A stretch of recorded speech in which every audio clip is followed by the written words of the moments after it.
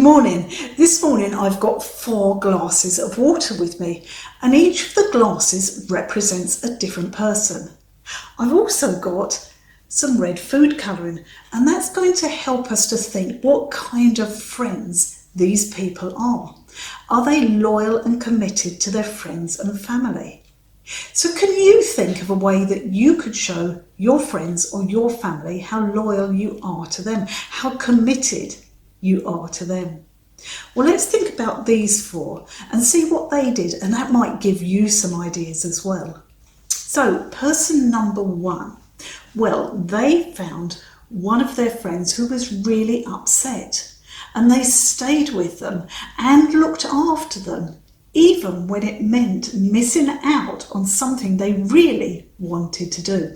I think we'll find that's quite loyal, isn't it? So I'm going to put some red food colour in to show that they've been quite loyal. So there we go. Can you see it's changing the water? So yep, they were quite loyal. So what about number 2? What did they do? Well, they went and they cheered on a member of their family who was playing football, even though it was pouring with rain and they got soaked. I'd say that's quite loyal, quite committed as well, isn't it? Let's give it a little bit. There we go. That's that one. And number 3, well, they had a friend who they hadn't seen for a long while because their friend was at home unwell. So they made them a get well card, and they took it round and dropped it in at their house to remind them that they hadn't been forgotten and to wish them better. A good friend, a loyal and committed friend. So we can see that each of those have been loyal and committed. But what about glass number 4? Well, that represents Ruth. And we started thinking about Ruth last week when we saw the video of her story, didn't we?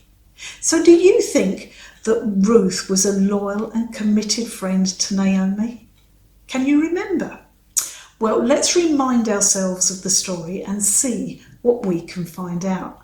So the story begins when both Ruth and Naomi's husbands have died.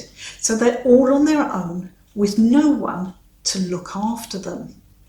So Naomi suggests that Ruth could go home and live with her family. So Ruth could do just that. She could go off, live with her family, and leave Naomi on her own. So what did she do? Can you remember? Yeah, she said, no, I'm going to stay with you, Naomi. So she was loyal. But what happened next? Well, Naomi wanted to go back to Bethlehem where she'd grown up and live there.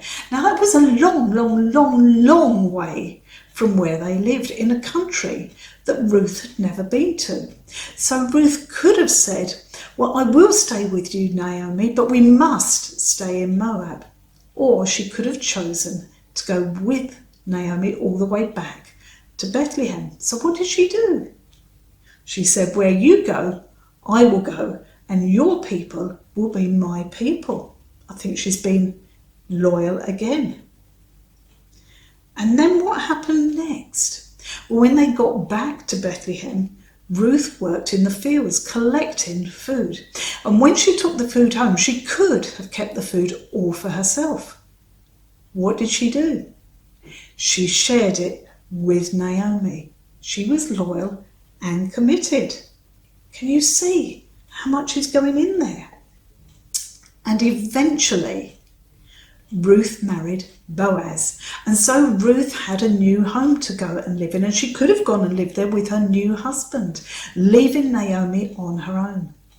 But you've guessed it, she took Naomi to live with her. So can you see how much more loyal she was to Naomi? How much more committed, and how much love she showed Naomi.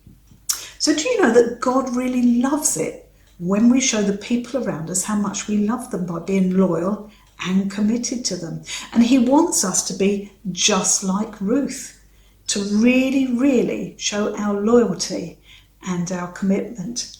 So, this week, how can you show your friends and your family how much you love them by showing them how loyal and how committed you can be?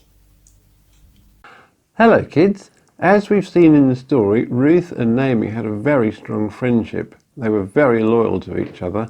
And so this week's craft, we are going to be making a simple friendship bracelet. And you might like to make one for yourself and then another one for your best friend to show them how loyal you are to them. And you only need coloured paper of your choice, a ruler, some scissors, a glue stick and a pen. So I have used a ruler and scissors and pen to measure and mark 1 centimetre wide strips of coloured paper, the length of an A4 piece of paper. You will need 2 strips for each colour to be about the right length for your wrists. I might need more than that actually. And I've chosen yellow and lilac for my bracelet. So the first thing to do is to make each of the 2 yellow ones into one long strip by gluing them together, or you could tape them together if you prefer. I'm doing the same thing again with this one. Try to get them neat so that they look like they are one strip, and then I need to glue each of these 2 colours together at an angle to each other, like that. And the next thing to do is to begin to fold them over. So I'm going to turn it over and start folding. When you first start, there'll be a lot of long strip of paper getting in the way. The further you go, the shorter the strips will become and the easier and less fiddly it will be. Take your time, don't rush, try to get it as neat as possible and then it will look really good.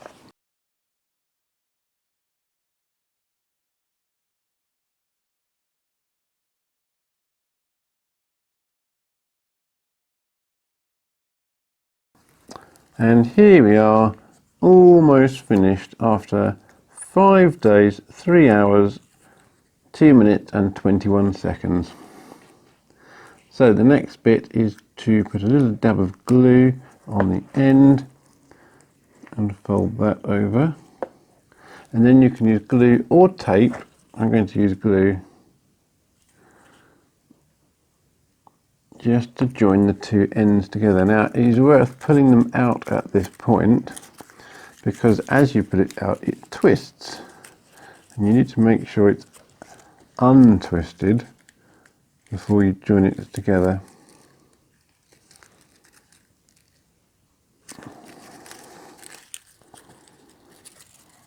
And here we are, the finished friendship bracelet. So as I said, you might like to make one for yourself and one for your best friend so that you can both wear them together to show how loyal you are to them.